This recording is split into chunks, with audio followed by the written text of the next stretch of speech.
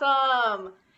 Hello, everyone. Thank you for coming on The Show Must Go On line. Today's guest is L. Morgan Lee. L. Morgan, how are you feeling today? I'm feeling good. How are you? I'm great, thank you, especially for chatting with you. I'm feeling well. I guess feeling good in terms of how good you can feel while one is in quarantine. I Yes, have to always remind of that. yes, I know. Someone posted this thing. Oh my God, I wish I wrote it down because it was so good. It was something like, there's, oh my God, my friend Kelly just posted on Facebook like an hour Hello, ago. everyone. Thank you. Oh, is that my audio? I Oh had no. something going there. Yeah. I Don't have know, all these windows. I know so many windows. It's like, wait, that's my voice. But yeah, it's like as well as we can be doing. I feel like there's this like how I would be normally versus how I am during this time. So if I'm Yeah. like having a good quarantine day, I'm gonna say it's great. Well, and that being said, if I'm having a good quarantine day, it is also just a good day. Yes, In terms of life in general, it is still a good day. yes. For Well, me at least. I do try and find the light as much as I can. I love that. Yes, definitely positivity and like I've been trying I like got this because it's colorful and it brings me joy and I've been trying to Hmm. do more things that like this ring, like what brings me joy? Kind of like a Yeah, Marie Kondo thing, but yeah.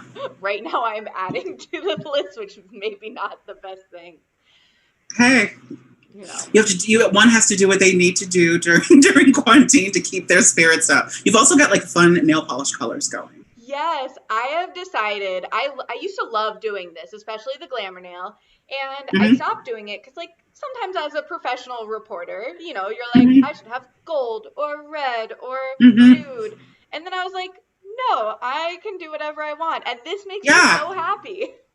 yeah. Well, that is what's important in this, and you are your own system here. It's like you make all the decisions. So True. I who's to love tell you it. what your dress code is supposed to be? Being your own boss sometimes has its advantages. Hmm. Yes, it does. For sure. And I want to say hey to everyone who's out there. You can like comment on the YouTube comments and I will see it. If you have any questions, you can just like bring it up and we will get to it. I have it right here. So we will have a little conversation. I have some talking points I'd like to go through and then we'll just see where the conversation goes. Yeah. So, to start with, this must be such an interesting time with award season and specifically a strange loop getting the Pulitzer Prize. Oh my God. There is. I think I've heard Michael say a couple times in different interviews that there is no way for you to um, put that on your vision board. Right. So to be a part of, because the reality is, I did not win the Pulitzer Prize. I was a part of a production that I was a part of a project that won the Pulitzer Prize for Michael, and but to even be a part of that project, it's like it's not something that you go into shows having it. Like I had no idea that the show would be received how it's been received. Like I think we all in the show knew that the show was special. We knew that it was good. We knew that there was something unique there. Yeah. But to have that sort of confirmed by, the powers that be does it's a very cool situation, especially because in the show there is a scene with like the theater gods basically who are sort of like raining down on Usher. So I was like, for the show to be received so well by those gods, it's actually like a really interesting turn of events. Such an interesting point. Yeah, there are so many of those like loops, strange loops with Yes, it. yeah, exactly. How did you first get involved with the show? I got a direct message on Facebook from Michael Jackson in like 2015, I think it was, just asking if I might be interested in doing this reading of a new show that he was working on. He had went online and seen some videos of me and had gotten my name through someone else.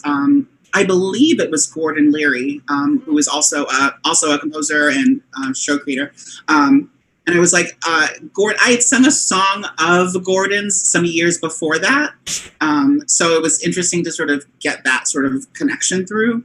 And then I like checked out some of Michael's stuff online at that point, and I was like, oh, okay, well, he's saying these things. Like, I don't know if this is really like am I going to be comfortable in this world of speaking? But it was so honest. And like, especially the clips, and I think for the most part, the clips that I watched were him singing his own music, which to this day for me is maybe maybe my favorite way of hearing Michael's material is just Michael sitting at the piano, because the language just reads so true and so full of hope and so full of life. And Michael can sometimes say things that are very aggressive or could be seemingly, othering to people who are looking to make our world a bad place. But when he's saying them, there's such a sense of hope inside of him that like you just accept it. Like you just listen and you want to know more. So getting to just watch him at the piano made me go, you know what? I have no idea what this project is going to be, but I'm curious. So I'm going to go to this rehearsal and see what this is. And the rest is history. Amazing. Yeah. I hadn't actually heard him sing until that reunion video that y'all did. And then they clipped off at the end him singing. I was like, oh, cool.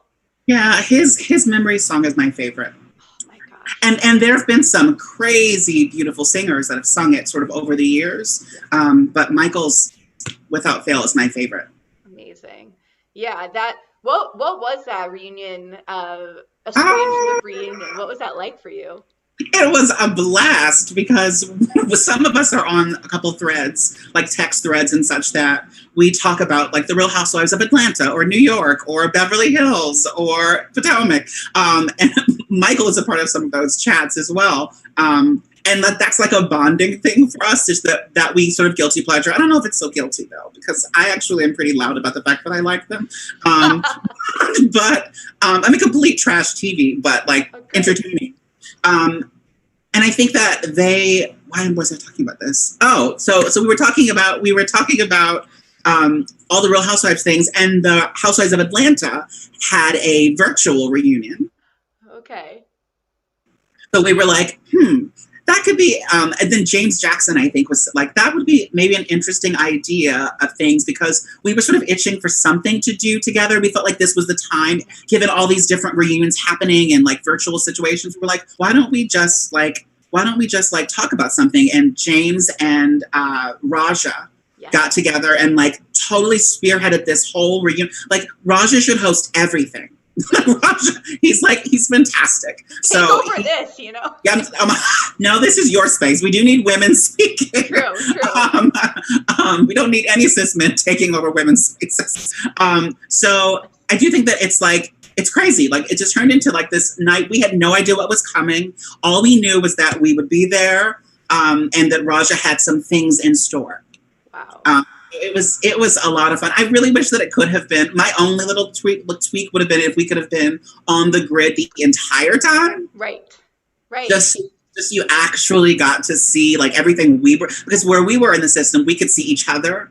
But the stream was not showing everybody. Right. So like there were things that were happening sort of on our streams that were funny that like nobody even got to see. Yeah, I could hear people laughing in the background, but like what I was seeing, you couldn't see. Yeah, wasn't matching that, and yeah. I was like, I guess there was some like I figured that there was like this like virtual waiting room or like other screen that all of y'all were on, but no, we were full on there. We were not in this breakout room or anything. We were all there the whole time. Wow. Oh, that's amazing. Well, I'm glad that even though we didn't get to see that, like you got to see everyone just kind of like taking up that whole space. And I love those like videos of reunions. I've been like a sucker for all of them just because it's fun, and you see that like, especially having seen some of those videos that whoever made the videos beforehand to like prep and everything, like just the rehearsal process, like I as a reporter, I love to see like Some of those rehearsals, I was like, wait a minute, they were taping that day. I thought that was just for us. What are you doing? What was I wearing? I always wonder that. Do they tell you like, hey, tomorrow's going to be a film day? So usually if it's an actual film day, they will let us know that that's going to happen. Right. But sometimes there are just rehearsals made for rehearsals. So like rehearsals made so that we can see the choreography. Like if we go home and want to review it, like there's a file sent to us. Like I think a couple of those videos were like that kind of rehearsal tape. So I was like, y'all are going like real behind scenes that like we had no idea that this would be aired out for everyone to see. But I mean, totally fine. But I was like, that's for me. I'm like, oh God, I don't even like, I would never let myself be seen that way in public these days. So, but like, whatever. It's like one of those things that you should have get over it. Well, I thought you looked amazing. So throw that out there. Yes. Okay. Well, so I'm going to tell you my little story of how I finally got to see A Strange Loop, because it was. Yeah, because we have a picture together. Yes, we do. It makes me so happy. So I had been trying to see the show for like a pretty long time, but sometimes you're like, well, I don't know which day I can go, and then you try to figure it out, and you're like, oh, I'll just wait till like next week or something to actually buy the ticket. And then this guy named Lin-Manuel Miranda saw it and tweeted about it, and then all the tickets were gone. And I was like, no, like I'm so happy that their show is getting sold out, but also why did I not get it? So I went in person to do that, like, they have like the lottery sort of a thing. Yeah. And I went with a friend, and we were like the second person in line. So we felt pretty confident. And that was the night of the Blackout. Oh. Yeah. So we were there for like hours. Like, before I say how I actually got to see it, because spoiler my alert, mom was there that night. What was that like for y'all, like backstage and everything? We made a video. Did you see our video? I'll have to share a video with you. We made like a boomerang that night, because we were all downstairs just kind of like waiting to see what the decision was going to be.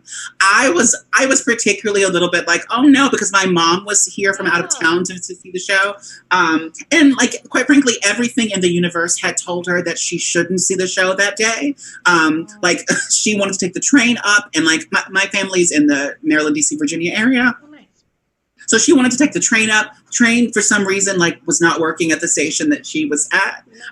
Then she was like, oh, do I have to take a bus? That would be ridiculous. But then she was like, well, I'm going to see if I can do the bus. The bus station had no attendant at the station she was at. And I was like, Mom, like, clearly you don't need to come today because something's telling you no. So the man that my mom is dating drove her up. And I was like, you really were not taking no for an answer. She was like, I need to see this show. So I was like, okay, well, all right. And then the Blackout. Anyway, we were downstairs in the theater, sort of, I feel like I was almost fully dressed. And then we figured out that they might be closing things because other shows were starting to close.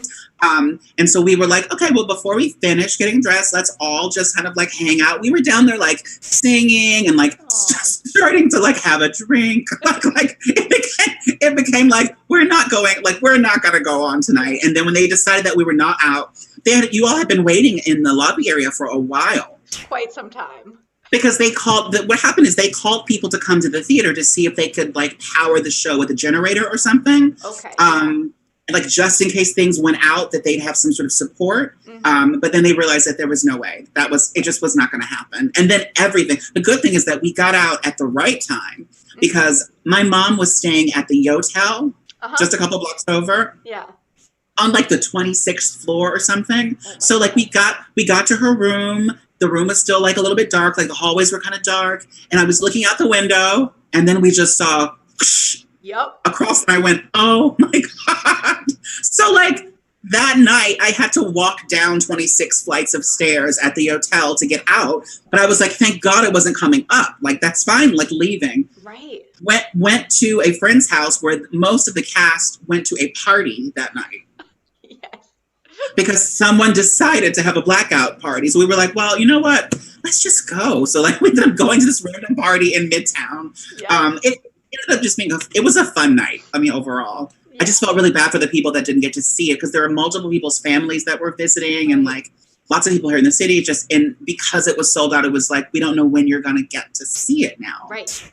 Well, but and that's right. Well, that's the crazy part. Yeah, because we, when you're getting notifications, right? Like, this is closed, and we're like, well, do we stay? And then, the front of house staff were being great, right? They're like, this is what's going on. Like, we're not sure, but we're trying. Like, stay if you can, blah, blah, blah. So, like, we all kind of stayed for a while. And then we ended up just, like, when it was decided it wasn't going to be there, we did, like, a little Times Square tour just to see, like, what was going on. Like, people were singing in the streets. It was, like... Hadestown had a whole concert. I know. Well, so we got that message, and we darted to Hadestown, and we got there right after it was over. I was like, they were ready to go. I was like, we could have, the thing is, in theory, we were talking about, like, we should just go upstairs and, like, sing a song from the show in the lobby for everybody. But, like, not everybody was on board for that. So it didn't. So then I'm not turning out. Yeah. Because we were like, this would have been sort of a fun thing to just be like, well, we're all in this together. It's hot in here. And it was hot in there, too, I think that's it. Hot, yeah. Yeah, and that's, like, it's also, like, a hindsight thing, right? Like, in the moment, you're like, I don't know, but afterwards, you're like, oh, that would have been fun. But also, I could imagine if you're like, am I going to do a show tonight? You also are, like, you're kind of, like, all swings, kind of, Yes. Well, because we didn't know if they were going to be like, all right, 15 minutes, throw everything together. And I had, like, full makeup, like I was ready to go. But I was like, this is not, like, Mike is under wigged and, like, all these things. Like, there was a lot of rigging going on there. So. Wow. Well, and then because the show was so popular, they added dates, and I got the notification, and I messaged a few friends, like, yo, like, I'm going this day, I will get tickets, who's coming? And so we got to see it, and we were, like, right up front, too, so, like, the fact that the show's kind of, like, in your face at times was amazing. Wait, how close were you? We were, like, front, I would say, like, 3 or 4 rows. Jeez. Yeah, it's one of those shows where you're like... Yeah. Well, especially like when the house happens. Yes. I always feel like when I'm having these conversations, I don't know how much to say because, like, there's going to be... What to reveal. Sure. Fingers crossed. Yes. Right. I know. Because I know it was announced when I spoke with Michael yesterday. He was on here if anyone wants to check that out after. But he said that it's going to be next year now in Washington. Mm-hmm. In D.C., yeah. In D.C. So, something to look forward to in the future. Mm-hmm. And then who knows, just theater gods. I want as many people to see it as possible. Yeah. No, a Broadway moment would be really lovely for the show. Part of me inside sort of wishes that, like, after all this sort of starts to settle down a bit, that, like, I mean, I don't want any theaters to be empty in terms of people losing their jobs that they already sort of have. Right. But because we know that the reality is that more shows probably will close just because of the nature of the beast. Part of me inside hopes that that'll be a moment where some, the right house owners will go, we need something in here, let's get something in, and then throw us in. Like, that to me would be like a really great situation, because I feel like on the other side of this pandemic, for that show to be one of the ones that comes through the light would be like, I just think it would be really lovely in terms of messages about where theater has the potential to go. Right. After all of this, because our world will never be the same again, and our business will never be the same again. So it's like, that would be such a lovely turn of events for out of the darkness, for there to be just, oh, this light gets to shine on a larger platform. Totally. And it's amazing to see a show off Broadway do so well. And I think it also shows that there is this need for these shows that might typically be like more of the off-Broadway shows, just because they're not getting that availability on Broadway, but there's the want for it. There's a hunger for it. So like, I know for sure that if it gets to Broadway, knock, knock on wood, hopefully, yes, that I will be, singing its praises, because we need those diverse voices. We need shows as much. Like, I love Beetlejuice so very much, right? Sure. But first, when I heard like another show based off of a movie, movies, I was like, Are you kidding? You know, like, luckily they changed it up enough that, like, I was on board and the music's great.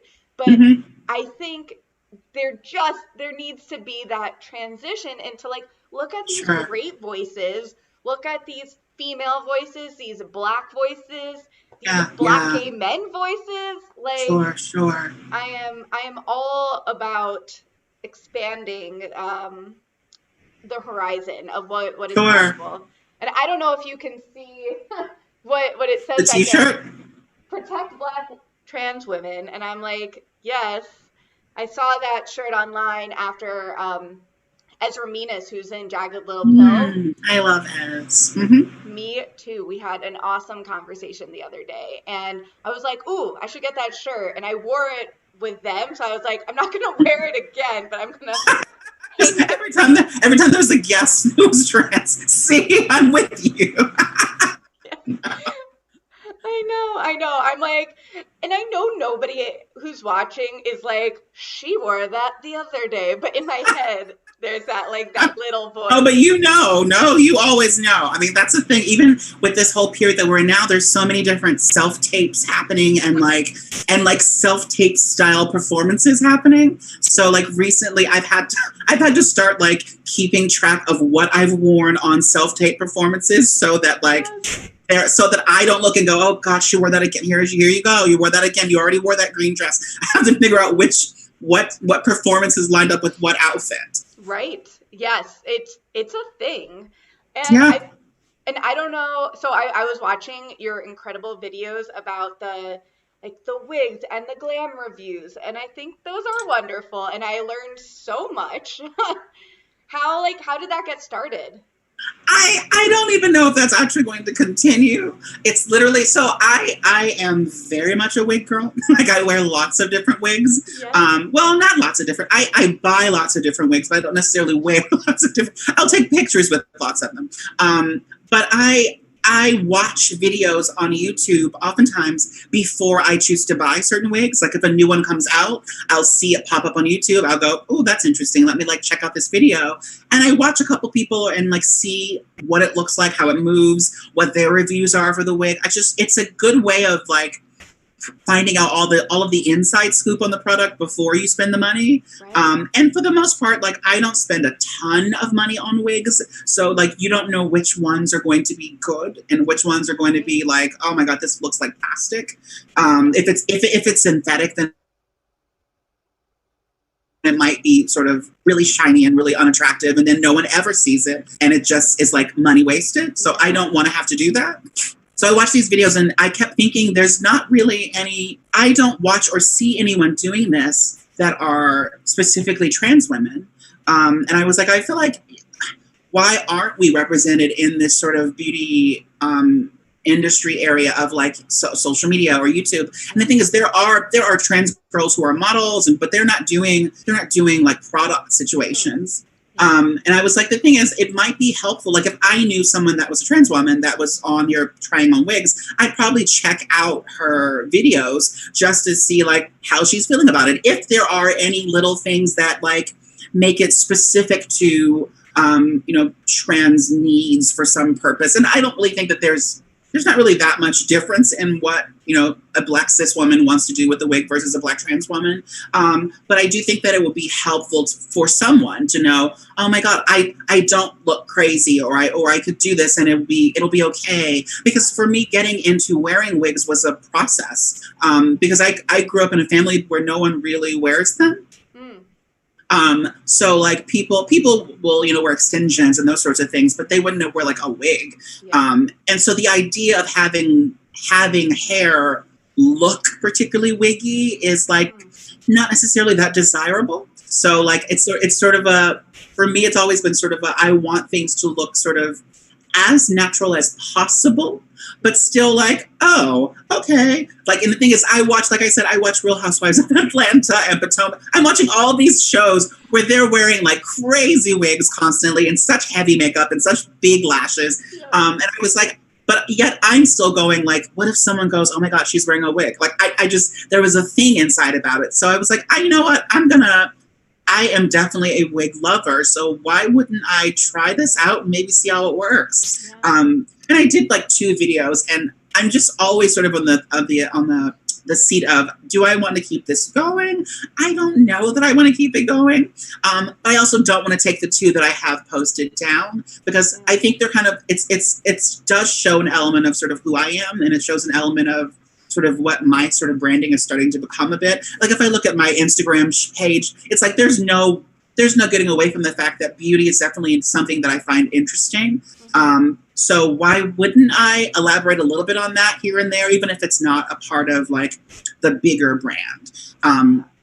It's an interesting situation, because you have to, it's like playing that line between, but realizing that we are in a business that is so based on people's perception of you, and the types of things that you will be brought in for, or the types of things you won't be brought in for based on those perceptions. Right. So the reality is while I am a person who is certainly interested in beauty and certainly interested in areas that are associated with beauty, the types of roles that I really want to play the most are a little bit more gritty and like everyday, and not they're not necessarily like the pretty girl. Like they're usually like the woman who's a wife and a mom, and she's having a problem with her family. And this was something that, even, I'm segueing all over the place. But I was like, it's something that, like even in conversation with like reps, like the fact that I realized the headshots that I have, they have on a number of times have been like, oh, Morgan, we really could use just like a really just casual, laid back, like everyday girl, just, like a pullover and a cup of coffee, like that girl. And I was like, I've given you that. And they were like, no, not really. They're all very like pulled together. And I was like, but that one is. They're like, no. You need to give us one that's just like real basic. And I was like, but that is real basic. I love that you're too fancy. But they were like, it's too puts people in the mind of like, oh, this is sort of a glamorous picture. So what I ended up having to do was take some pictures, and I sent them just completely raw, completely like nothing, no cleanup, no nothing. And I was like, I'm going to send you these pictures because I'm wearing like a tank top and like a sweater. And I was like, this is really like, my expression is a bit different. Like, okay, mind you, I take headshots for people. Like that is one of my like survival situations. And like the very things that I have everyone else do, I realized I had never really done in my own headshots. Yes. Like the things that I'm looking for, the type of variety I'm looking for, I was just trying to keep them updated on like, oh, I've been wearing this sort of hair that has like a blonde tint to it, so I want you to have an update on what that looks like. I wasn't thinking like the specifics of who is she? Who is she going to be called in for? What type of roles? So the reality is the things that, because they've seen self-tapes from me. Right. And they were like, we get these self-tapes and like, we're like, this is good. Like we're really enjoying the self-tape, but we don't have a headshot that would sell this character. Like she's really emotional. You don't have anything that says that. Everything's very like that pretty girl next door. And you're like, that's not what we're necessarily trying to go for here. Have that picture, but we also need that one. So I was like, I have to be careful with the beauty things on my page, because I'm like, I want to keep that maybe like, this is fun for Instagram, but I don't know if I should be doing like reviewing these products, even though I do have a problem with buying them. I have an obsession.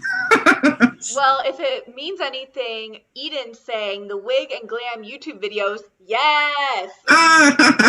Eden Lane. I love Eden Lane. Yes, awesome. She's one of my sisters. Yeah, I think it is so interesting, especially in this like social media era, that like, people have so many different sides to them. And like personally, I love to show all of those sides. Yeah, like, yeah. Like I love theater, I love sports, I love comics. Like I don't necessarily fit that one like lane that people would necessarily expect. Like I used to be a sports reporter and a news reporter. Oh wow. Mm-hmm. And you would never expect that as someone who also loves covering theater. And I used to be like, oh, these are like two separate things. But now I'm like, well, I was like, interesting as you're saying that, because Eden Lane is a journalist oh, who is also an actress. So like yes, those things sort of work. They can all, those fields work together really well. totally. Yeah, and I'm also a photographer, so when I saw that you are, I was like, oh, hello. Mm-hmm. But yeah, I guess from like my point of view, I think that just showing your versatility and whatever makes you happy, right? Like that at the end of Mm-hmm. the day, like if you're passionate about this and people Mm-hmm. can feel that, Mm-hmm. that's what matters. But you have to feel Yeah. comfortable in it. So that's just Yeah. my Yeah. unwarranted 2 cents. Well, and there's lots of people that, the thing is, there are lots of conversations about sort of branding and that kind of a thing that come into play with actors, where, you know, the idea of, well, you know, your brand is you. Your brand is everything that you bring. Your brand is all of the small details that make you into the person that you are. I do think that, like, yes, and I do think it's like, yes, and one has to be aware of the business that they're in and how those perceptions are used within that business. So it's a matter of, do I need to share sort of every element of myself? I don't necessarily know if that's always going to be useful when I'm a part of specifically a marginalized group that has almost no visibility. And the visibility that we do have is oftentimes very opposite of that which I do naturally. So it's like, so it becomes I have to sort of in some ways completely direct people to see the right thing so that I can get inside of the room to be able to push the walls open a bit. Yes. You know, when you say it like that, you're like, oh yes, because That's my opinion, but yeah. Yeah, but we need more trans representation. We need Yeah.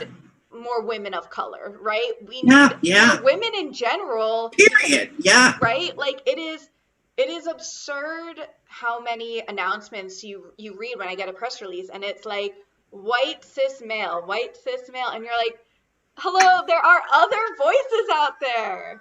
Uh-huh. And not to say that like I don't love some of those pieces or those actors, right? But there are also some amazing women of color, Yeah, yeah. trans women, Yeah, trans yeah. men, non-binary.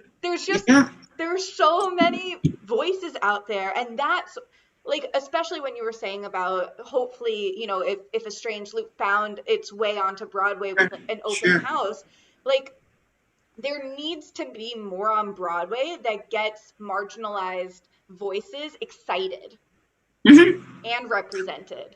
And that's one of my favorite things about A Strange Loop is that I love that it's being recognized the way it is, specifically from the trans lens, because the show is being applauded and given sort of props. And the role that a trans woman played in the show is not written as like my gender has really nothing to do with the show. So the fact that I'm trans has nothing to do with the show. That's why even funny enough, it's like even getting that like Lucille Lortel nomination, that was a really big deal to me, because I saw that as, yes, for getting seen in a role that is just about being a woman.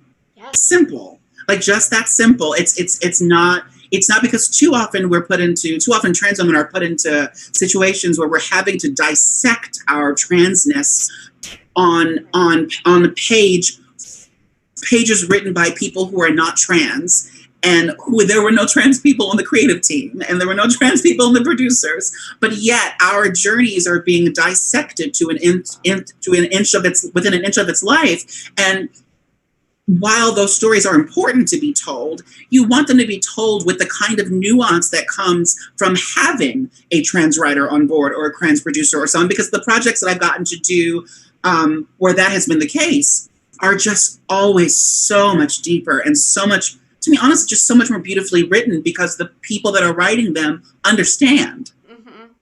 So the fact that you are a trans body in the space doesn't become the ooh la la. It's that is something that colors the experience of this character, right. Or that is something that, like in The Strange Loop, is I will bring something different to that track than, say, a cis woman who's playing that role. Right. Yes, I bring something different, but like because it's written for a woman, then the cases and the situations that she goes through are ones that each actress will bring their own things to. Like someone was asking me, they were like, so is she trans? There are trans actresses who say, every role I play is trans because I'm trans. Yes, and. For me, it's like, good for you, yes, and. But however, I would like to play women who are pregnant, women who go through things that cis women go through, are roles that I also want to play. So for instance, in A Strange Loop, is the sympathetic ear trans? I mean, I guess she could be, but that was not in my head. No, in my head, actually, the only person that was trans out of my people I played and my characters were in the number Exile in Gayville. Right. Where all of the thoughts are people on the apps. Mm-hmm. In that moment, I was specifically a trans woman because otherwise there is no reason there are no cis women on some of these apps that are meant for sort of that Usher would be going into. The reality is trans women half the time, I mean, there are many trans women on those apps. We oftentimes don't necessarily feel comfortable in those spaces, but also where are we supposed to go? Because it doesn't matter where we go, we're always encountering the same kinds of men. There are men who go on those apps specifically looking for trans women. And there are men who go on Plenty of Fish or all these other things that are, looking for women of all kinds. So in Strange Loop, I'm just really telling all about these apps. But in a strange it out. Just talk. But in A Strange Loop, Exile in Gayville was the only one that in my mind I was like, she's trans, specifically. Otherwise, it was just a matter of, she's a woman. I mean, I don't think that it's necessary to know what she is or what she isn't. Yeah. It's not a part of the story, so.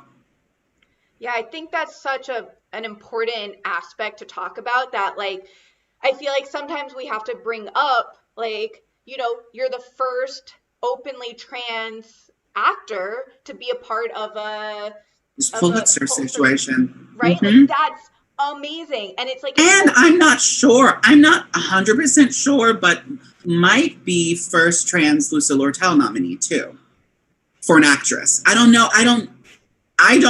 if period, or just it's a really weird question to have to want to ask these people to be like, am I the first nominee? Because it's but the reality is the world that we live in, maybe, because we're not seeing that representation enough that the performances would be recognized. Right. And that's where I feel like as a reporter, and please, if I ever say anything, I'm in that space where I'm I am a cis woman. I want to know if I say anything wrong so that I can correct it for the future. I just I'm throwing that out. But I feel like we bring that up now so that people, especially growing up, see that they're represented, so that we hope in years we don't have to bring that up because it's just normal. Yeah, I mean, being a Black actress, that comes up. That the fact that I'm Black comes up. So I think that's something that things are moving as slow as they are, but they are moving. Right. And that is one of my biggest reasons for doing everything I do, is that specifically for that, is that I want some kid to look at things and to go, oh my gosh, she's like me, and that's to me, that's whether she's trans or whether she's Black, because that could just be a Black girl is oh my God, there's a Black girl there that's getting nominated for things and that's working and that's going on TV and all these these are things, and there's lots of women who are doing that, so the pool of people is there, but I want kids to be able to look up to something, because I think if there was someone out there for me to see when I was little, for many reasons, I might have come out much earlier than I did. Mm-hmm. Just if I'd seen that out there, just that language was not given to me. That language was not given to me as an option. So I think having that available makes a difference. Amazing. So well said. Very inspiring. Yeah, it's beautiful to see people who are making it, right? Who are thriving, and also I want to help the future and the children. Mm-hmm. It's very nice. So I want to talk this time. I feel like it's just flying by. Talk to you forever.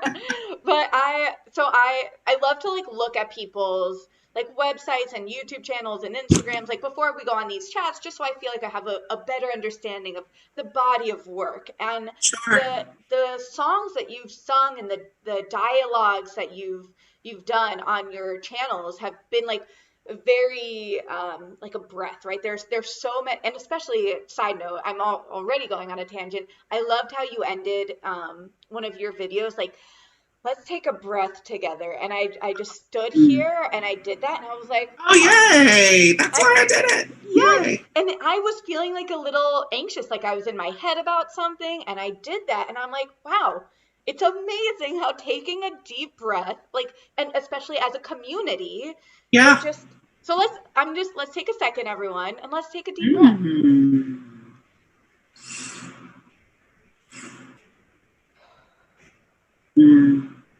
Oh, wow. It's always lovely. It's always lovely. I'm never upset about doing that. No. Oh, thank you. Thank you for that inspiration. Okay. So I'm trying to figure out where I want to start. So let's first start with the Suddenly Seymour, because I love that, and just like tell me how that started. So I got a message from the people at Broadway Stands Up for Freedom, and they basically said that someone had given them my name. I believe it was Shekinah Nathan gave them my name. And Shekinah, who is MTF and who did Transparent and Difficult People, who's doing really well right now. So, but I believe that she gave them my name. And so they were like, what do you want to sing? Can you throw us a couple options of things? And if you're willing to do this concert, but I was like, if I'm willing, are you kidding me? Yes, I'm going to do this concert. And I was like, are you crazy? It's a town hall, and who's in this concert? Yes, I will be there.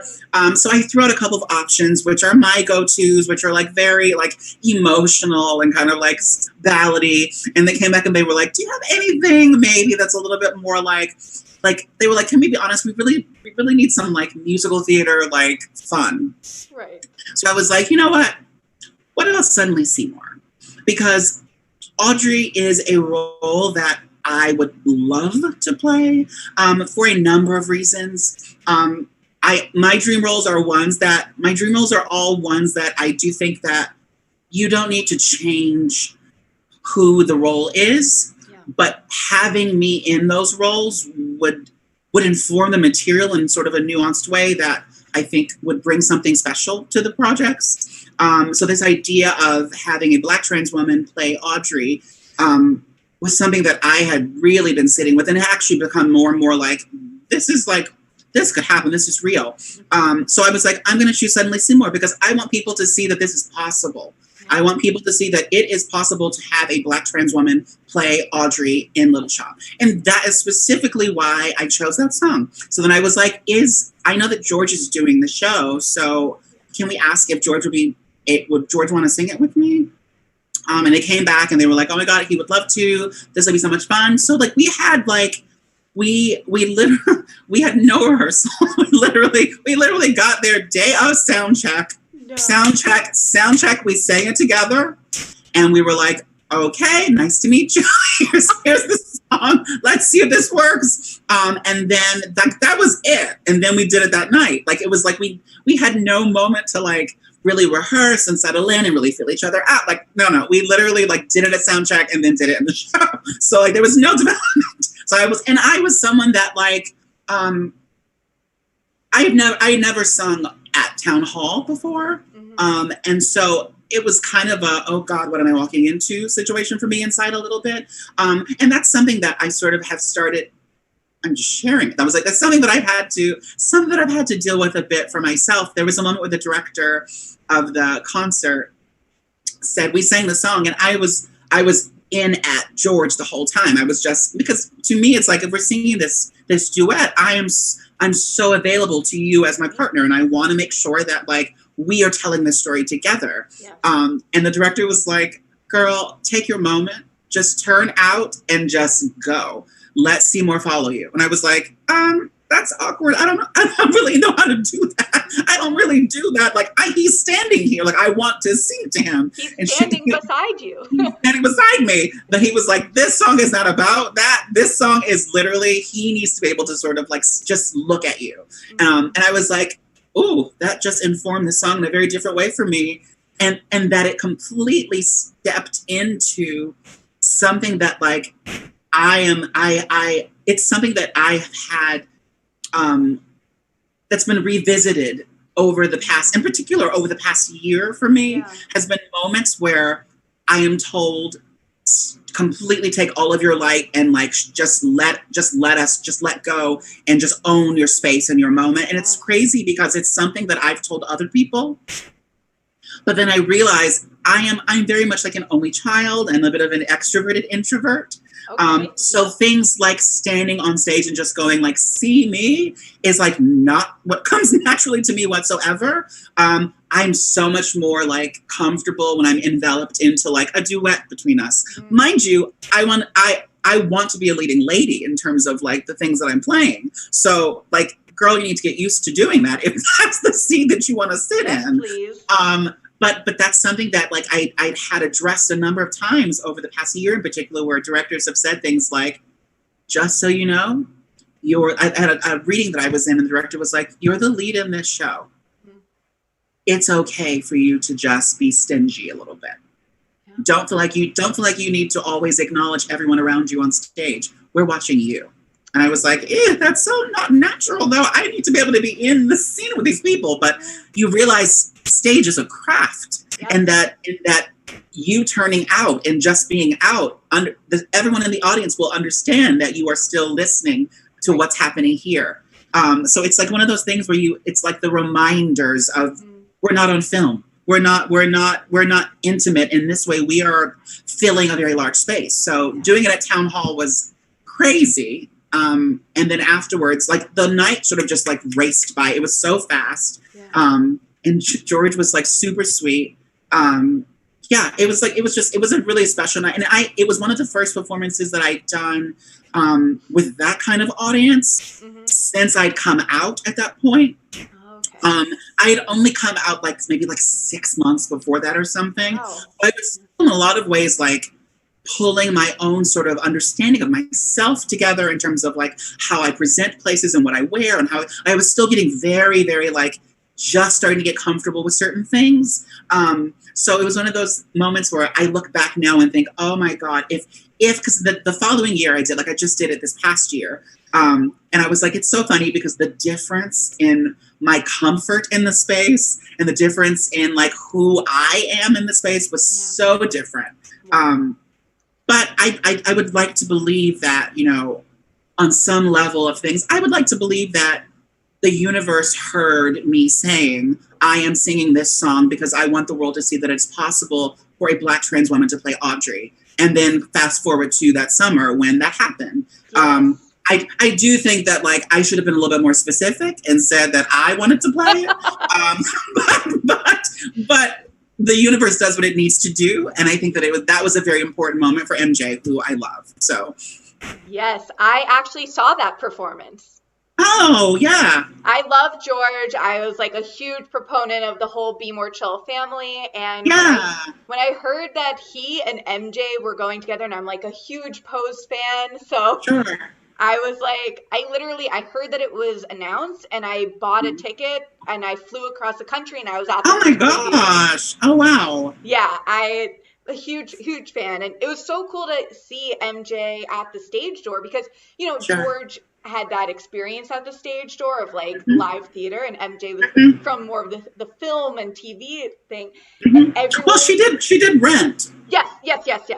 I guess just more recently, it's also a different stage door when you are a lead on a TV show coming out versus being in Rent off Broadway when it was like one of your first things. Right. So being bombarded with the stage door is probably a very different experience then. Because she was like looking around like, do you want me to sign? Do you want to talk? Do you want to? And I was like, it was amazing just seeing that interaction and the love and the support. And I totally agree. Like what what a powerful message to have her. Yeah. And I would love to see you and Yeah. Audrey. So putting that into the universe.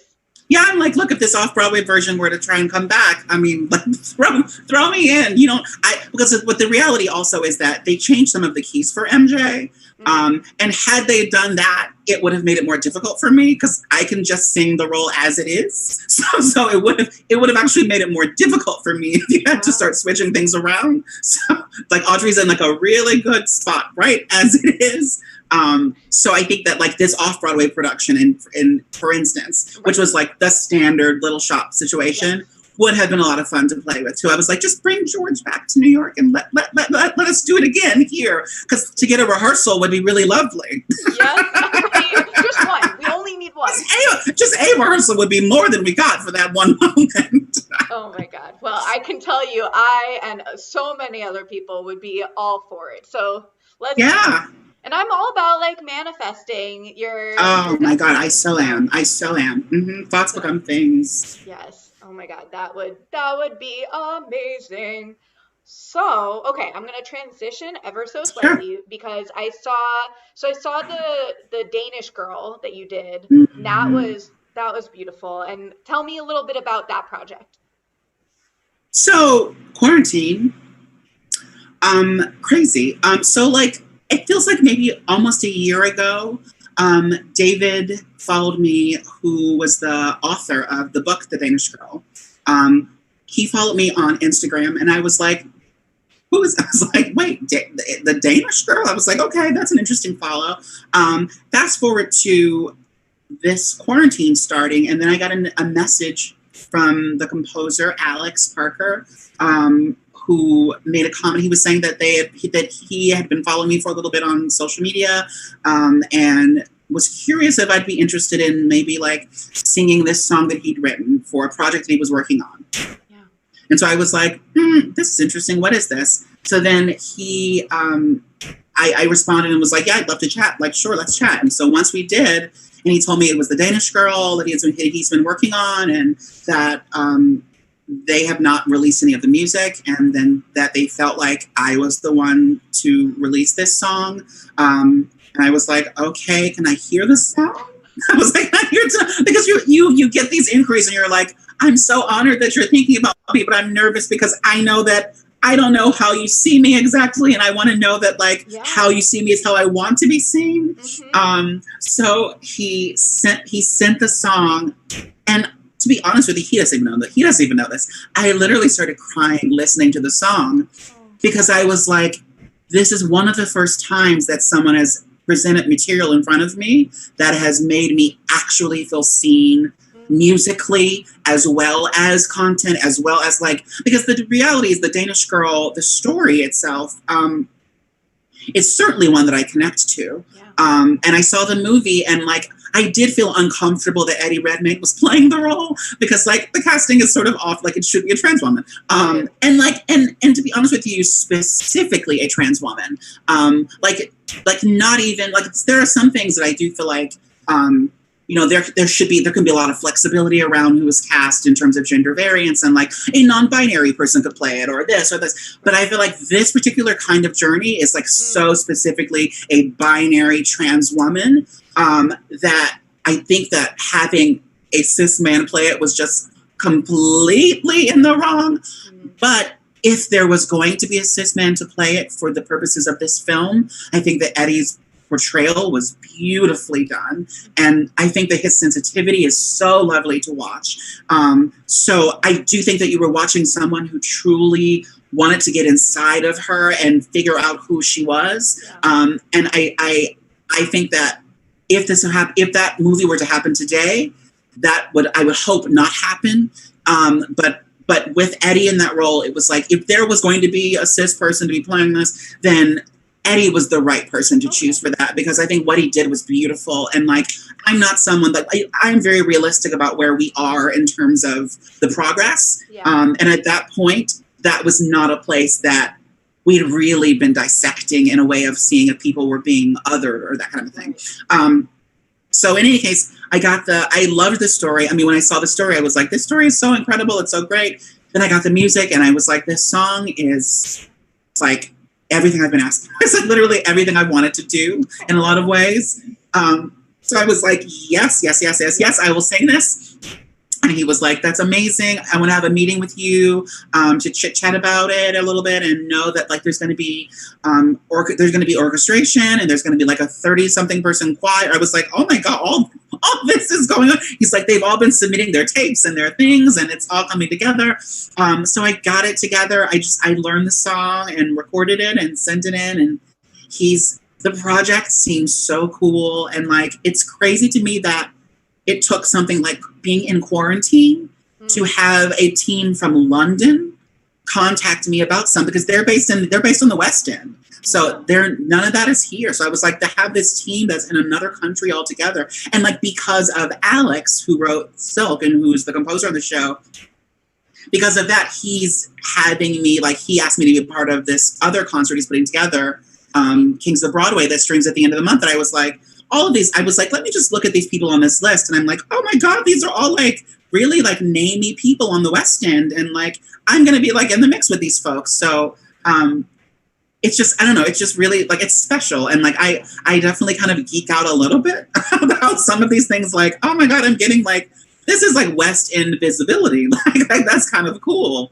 So like it's great, because I know that ultimately, you know, knock on wood, if things continue to go well with this sort of development of the show, it would be a real gift to get to do that role in London on the West End. Like that would be kind of everything in a lot of ways. So like fingers crossed that all I don't even know how this works. We are in conversation. So I'm just very curious of how it all works, and I would love for it to work out, because they are, the two of them, Katie Lamb and Alex Parker, they're beautiful people. And the sensitivity from which the sensitivity they have to telling this story and to really wanting to get it right, I think is really great. And they're looking at the source material, they're looking at where trans people are now and how people are viewed now. That is being thought about as they're developing the show. And they're looking to make sure that the cast itself reflects sort of this world where anyone should be able to play anything. So it's exciting kind of what they're cooking up, and I hope that it all turns out really well, and, you know, fingers crossed that I can be a part of it. That would be amazing. I know there are these moments in quarantine where you're like, I never expected or wanted this to happen, and so many parts you're like, I miss doing all these things. But then when a beautiful moment comes out of it and you're able to be grateful and take it in, it's like, all right, you know, I don't know if everything happens for a reason. Sometimes I believe it, sometimes I don't. But I'm so happy when good people like you get these like beautiful moments because of it. No, I mean, I'm definitely someone that believes that everything happens perfectly. And I think I say perfectly instead of for a reason, but I think it's everything happens perfectly, and it is not always good. And it is not always things that we want to deal with. But in a lot of ways, I do believe that we put out into the universe the world that we want to live in. Right. We can't tell the universe how to get us there. And unfortunately, I think that journey sometimes meets us, presents us with obstacles and things that are soul crushing and life crushing. But for purposes of the greater good, certain things had to happen to get us to these places. And like, I don't even start to act like I understand how that works, because there's such awful things that there have been thousands and thousands of people during this pandemic that have died. Right. But on some level, there is still that optimist inside of me that's like, oh, it's creepy and kind of cringy to feel this way, but all of this stuff had to happen in order for us to live in the world that we want to live in. And giving so much honor and love and light to the families of the people who have lost people during this. And it's cringy and weird to say, but like that it took what this is that's happening. It's going to take this to get us to that place that we want to go. And I don't know, like I said, I can't even start to act like I understand it. But if I believe that, then it has to apply across the board. It can't just be when it's convenient for me. Right, like the positive things can't just be the reason that the you only think everything. Right, yeah. Right. It's like no, there's no, because I don't believe in failure. I don't believe in, like, there's no such thing as if I don't book an audition or I don't book a gig, it's like I can't get upset about that because I wasn't supposed to do that. Yes.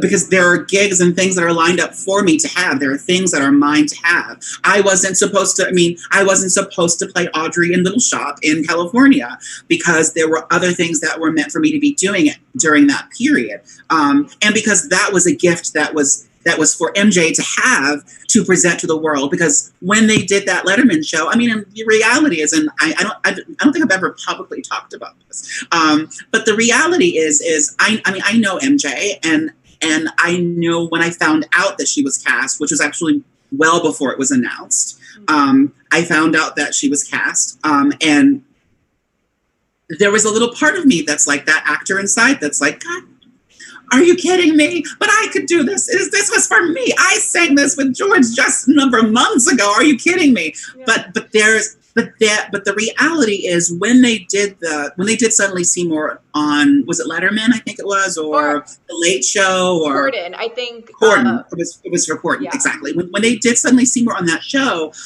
I watched it, and there were some things inside of me that said, you know what? So many trans people are going to feel heard and seen and are going to feel some kind of way about getting to see themselves represented on a screen, playing a role that is just a woman. And even more so, quite frankly, I mean, this is the even more thing is that because they changed keys for MJ in those sections and worked to make sure that it lived in a space that she felt alive and comfortable and beautiful, because of that, even more trans people are going to go, if they did that for someone, then there is the remote possibility that they would also do it for me.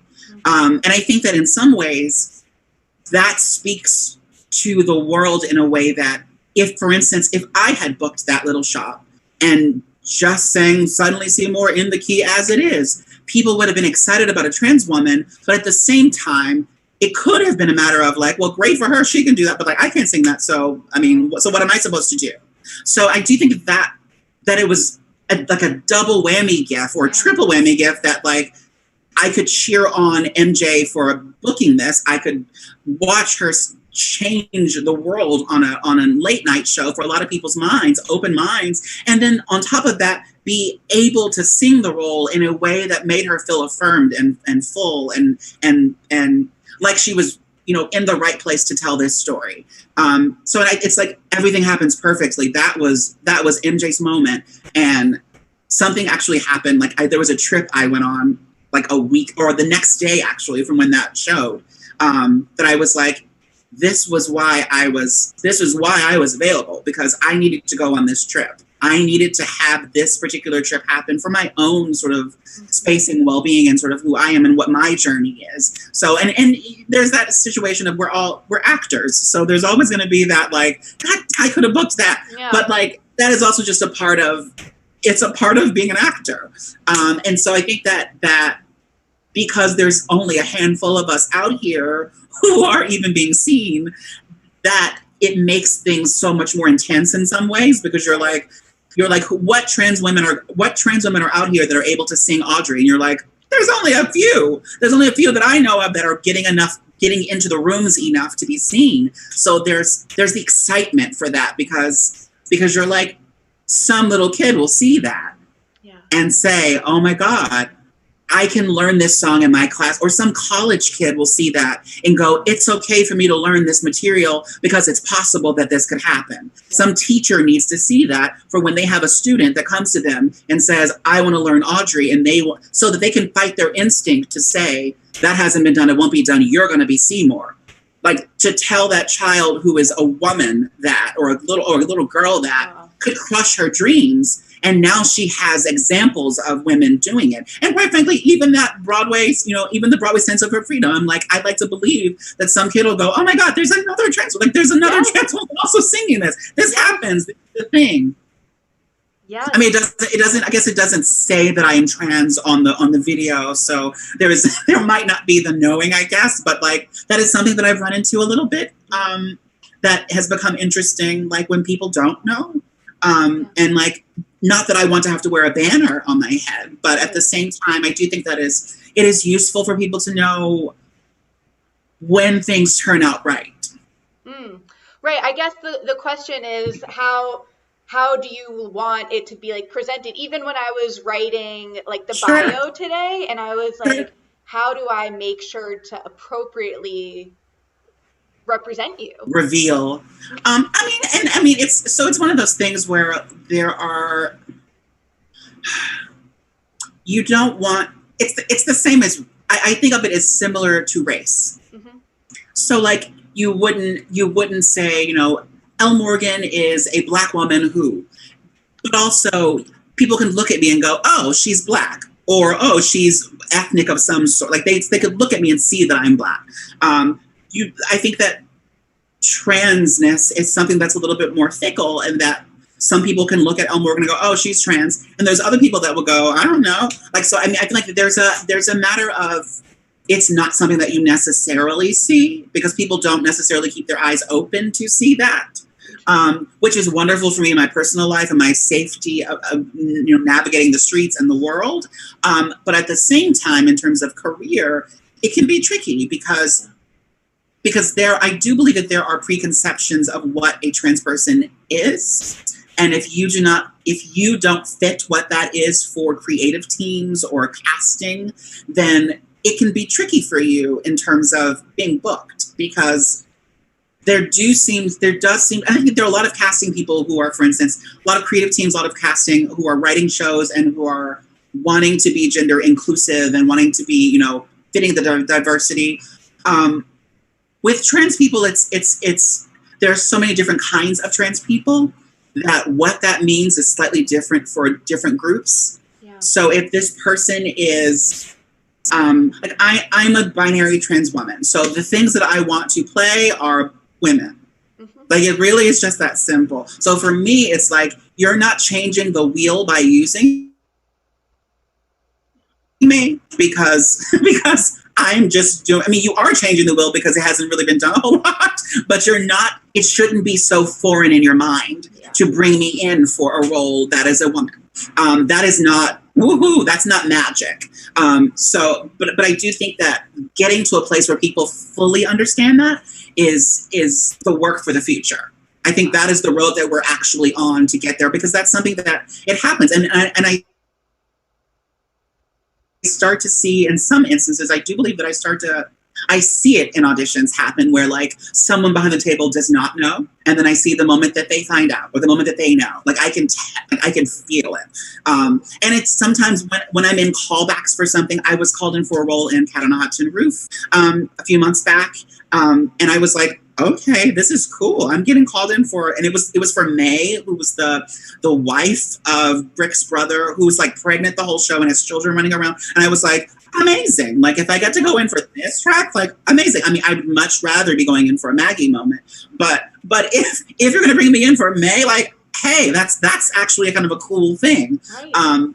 But I realized in those auditions, there was a point where, and I got called back a couple times, and like during the callback process, there were moments when I started thinking, you know, what's interesting about this is I am in a room full of women who have resumes who are at a certain place in their career. And this is really, like, in theory, I have been in the business long enough that this makes sense, and I should be in these rooms with these women. But on my current resume, I only have present the things that are not going to hurt me in terms of being seen. So my resume doesn't actually include sort of the fullness of what I've done over the years. It includes the things that I'm able to include without having trouble.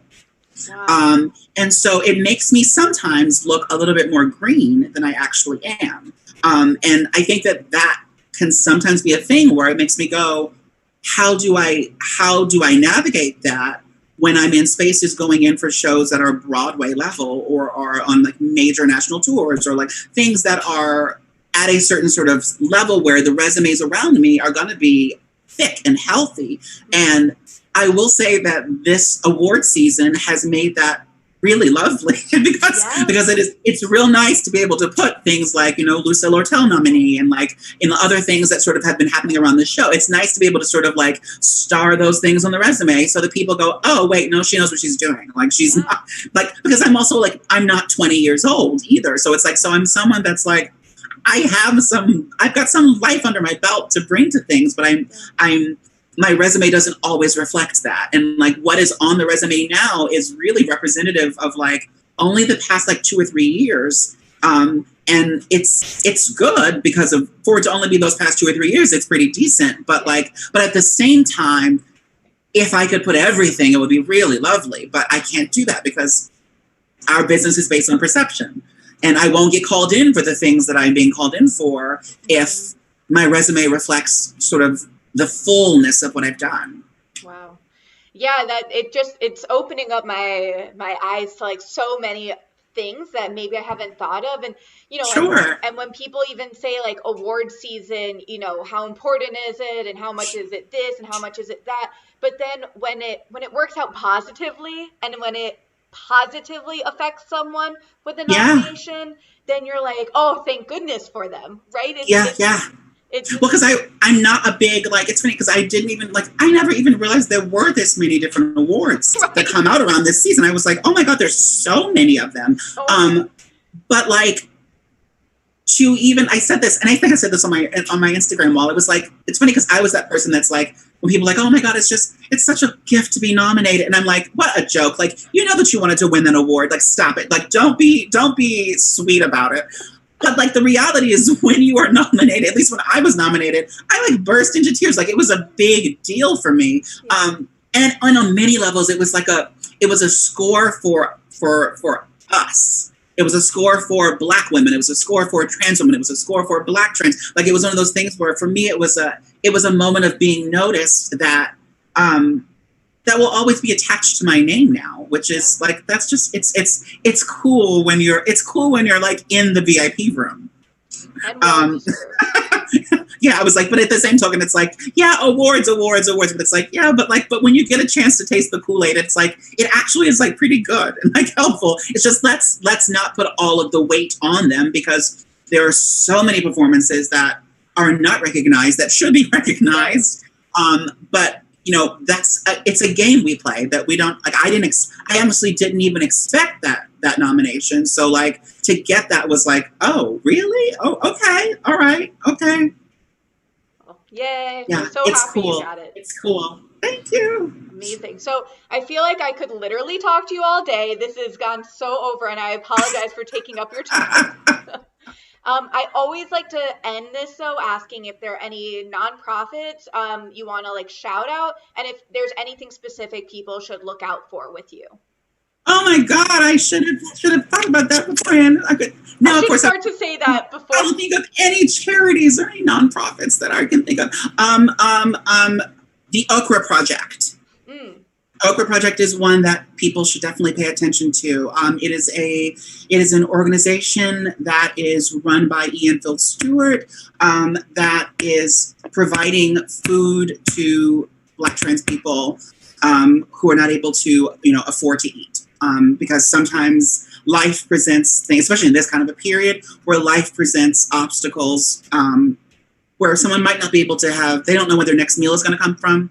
And the Okra Project is really good about like providing groceries for these people and giving them a place to go. James Jackson. I know. I'm going to give you a shout out. The Okra Project is really great about providing that resource for people. So that would be like the main one. Things that are coming up. I have the Kings of Broadway, which is at the end of the month coming up. There's a concert on June the 4th that was just announced. That's for New Alternatives, which is probably another group that people can look at. New Alternatives. It's a concert that Titus Burgess is in, Angela Burchett. I think Alex Newell is in it. The list is a little crazy of the people that are kind of involved. Marty Thomas is in it. So that's a fun group. It's another one of these concerts that will be streamed. Yes. Yeah, so there's a couple things coming up. There's one thing that I can't talk about that's coming up, but that will come up. If you stay tuned on my website, you'll be able to find that. Yeah. Awesome. And what, just so everyone knows, where can they find you on social media and your website? You can find me on website lmorganlee.com, on Twitter, it's lmorgan_Lee, on Instagram, lmorganlee. Yeah. Amazing. Yay! Say hello, people. I like to engage, so. Yes, for sure. And if maybe I shouldn't say that on this. Maybe I shouldn't say that. Say hello. Say DMs. Hello.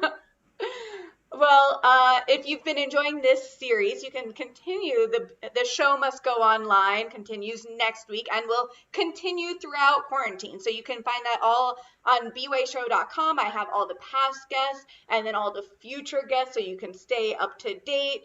And you can, if you're like, whoa, I loved it, I would love to become a Patreon, you can go to patreon.com/bwaySHO, and we call us Showtreons. That's pretty fun. And then you can find me at bwaySHO on all the things, bwaySHO. And on that note, thank you so much, Elle Morgan. It has been a true honor to talk with you, and this has been really lovely. Thank you. Thank you. Bye, y'all. Bye, everybody.